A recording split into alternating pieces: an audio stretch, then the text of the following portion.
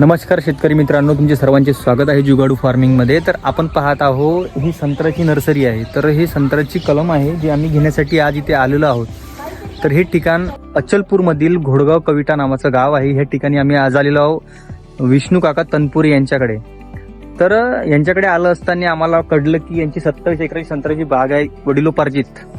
तर हा जो व्यवसाय आहे, यांचे जे या कामातलं एक्सपिरियन्स आहे, हे गेल्या म्हणजे 1-2 पिढ्या यांच्या होत आहे याच्यामध्ये, यांच्या वडिलापासून तर यांच्यावाल्या आता हे यांचं पण हेच काम चालू आहे. तर यांच्याकडे जे संत्र्याचं नॉलेज आहे किंवा कलम तयार करण्याचं नॉलेज आहे हे खूप छान आहे.